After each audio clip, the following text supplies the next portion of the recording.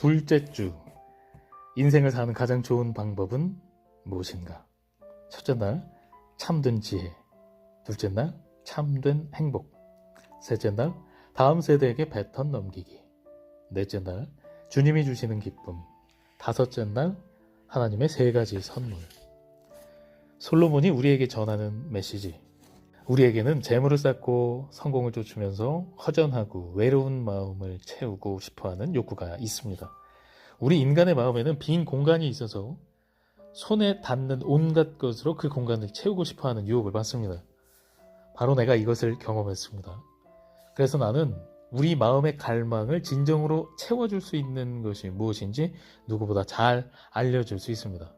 그러니 내가 하늘 아버지와 육신의 아버지의 말씀을 들었던 것보다 더 귀 기울여 내 말을 들어줄 것이라고 기대합니다. 내 말을 귀담아 듣고 마음에 새긴다면 엉뚱한 길로 가지 않고 의미 있는 삶을 살 수 있을 것입니다. 첫째 날, 참된 지혜. 기도로 시작하기.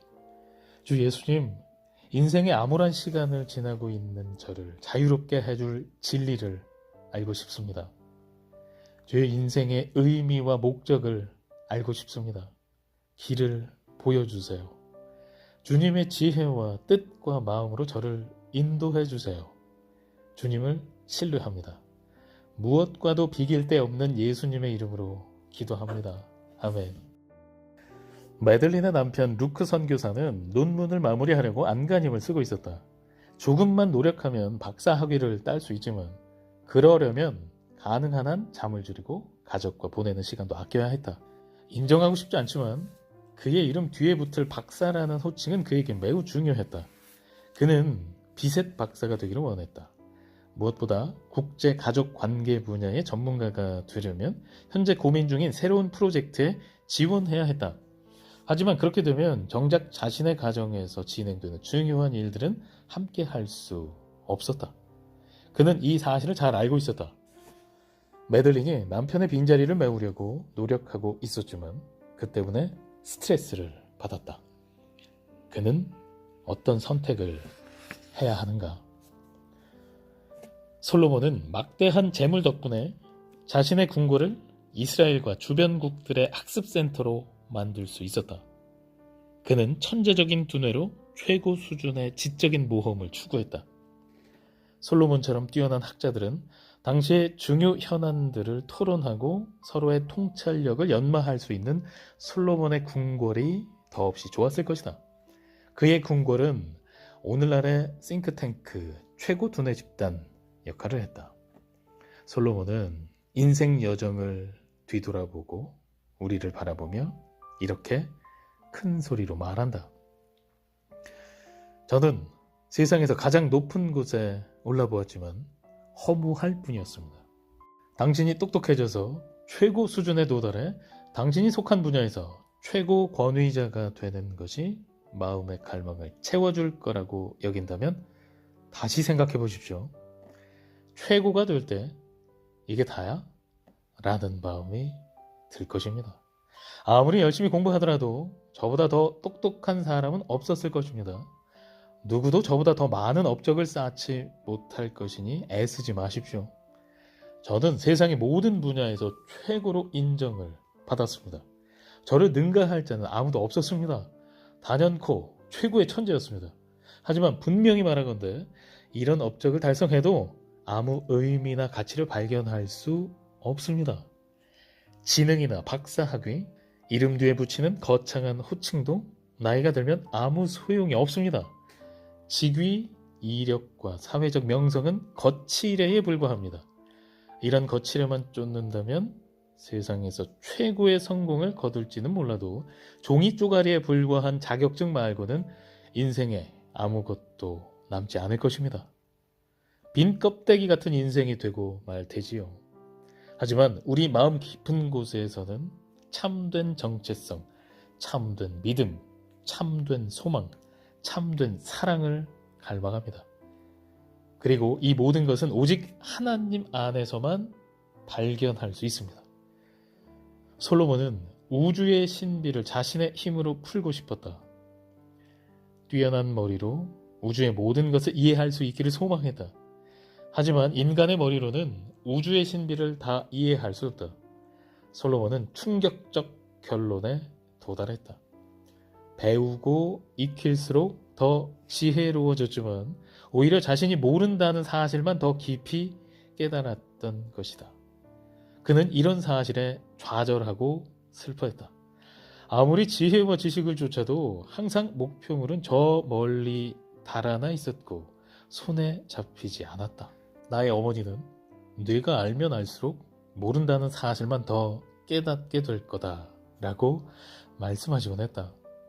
어머니는 90대의 나이에도 독서광이셨고 하나님의 말씀으로 지혜와 진리를 배우고자 부지런히 노력하는 분이었다. 하지만 어머니가 내리신 결론은 우리는 모두 유치원생이다 라는 사실이었다.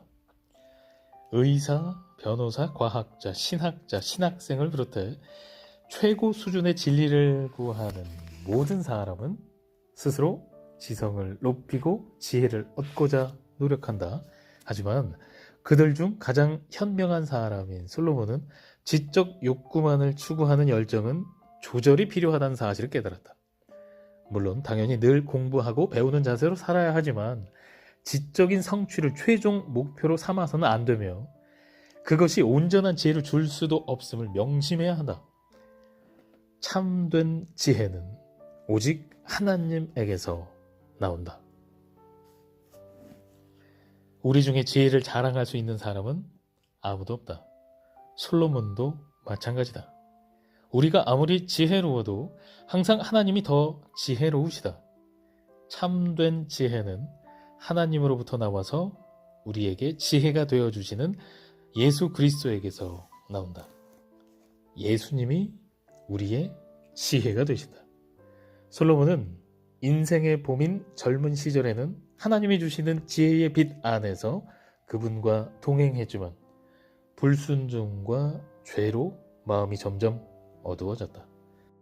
결국 그는 참담한 지경에 이르렀다. 오늘날까지 우리는 솔로몬이 남긴 지혜의 말씀을 읽고 있다.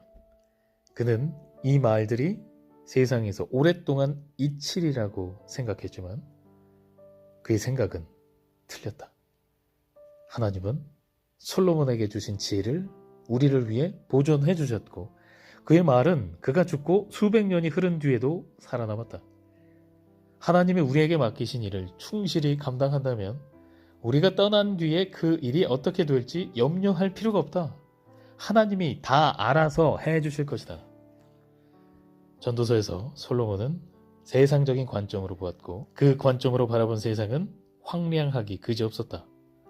어리석은 자와 지혜로운 자가 결국 모두 죽는 것을 보고 그들이 한 일을 아무도 기억하지 않을 것이라고 생각했다. 그는 그렇다면 이 모든 것이 무슨 소용이 있나? 라고 반문했다. 오늘날 이해하기 어려운 인생의 문제들에 대해 해답을 찾아 헤매는 수많은 사람에게서 이렇게 좌절하고 절망하는 모습을 본다. 솔로몬은 젊었을 때는 어디서 해답을 얻어야 하는지 알았다. 모든 참된 지혜가 오직 하나님에게서 온다는 것을 알았다. 솔로몬은 해 아래서 새옹지마와 같은 인생을 뒤돌아본다. 하나님이 없는 인생의 바닥에서 나온 생각은 우리에게 절대 진정한 지혜를 줄 수 없고 오히려 인생이 살 만한 가치가 있는지 의심할 수밖에 없다고 가르쳐준다. 하지만 하나님께 초점을 두고 그리스도 안에서 생명을 누리는 삶을 살아가며 해 위에서의 삶을 바라보면 세상이 완전히 달라 보인다. 단순히 사실 아는 것과 하나님의 계시를 받는 것은 엄청난 차이가 있다. 성령이 우리에게 진리를 계시해 주시면 은밀한 가운데 있는 하나님의 지혜, 감추어져 있던 것을 이해하게 될 것이다. 우리가 구하기만 하면 하나님은 지혜의 비밀을 넘치도록 알려주시는 분이다.